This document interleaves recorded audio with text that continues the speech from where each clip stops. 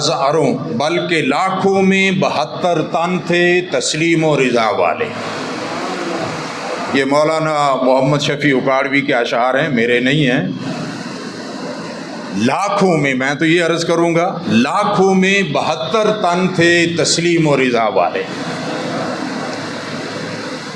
حقیقت میں خدا ان کا تھا اور یہ خدا والے۔ آپ یوں سمجھیں کہ واقعہ کربلا کے وقت اگر راہ حق پر کوئی گامزن تھا تو یہ 72 شہدائے کرام کرب و بلا تھے۔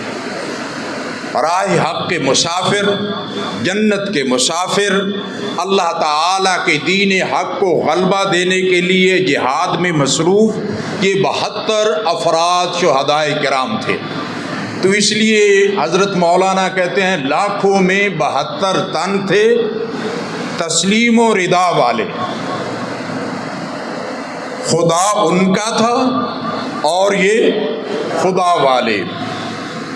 حسین ابن علی کی کوئی کیا مدد کرتا؟ حسین ابن علی کی کوئی کیا مدد کرتا؟ وہ تھے مشکل کشا والے اور تھے مشکل کشا والے۔ اس میں تھوڑا سا فرق ہے کہ سیدنا امام حسین خود بھی مشکل کشا ہیں اور ان کے والد گرامی بھی مشکل کشا ہیں۔ تھے مشکل کشا والے اور تھے مشکل کشا والے۔ آگے فرماتے ہیں نکلا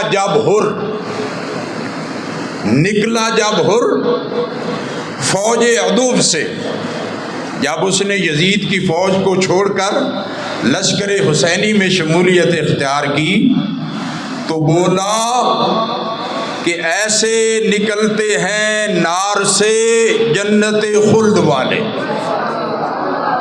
جب اللہ تعالیٰ کسی پر رحم فرماتا ہے تو اس کی زندگی کی آخری سانس میں اس کو اسلام دے کر جنتی بنا دیتا ہے۔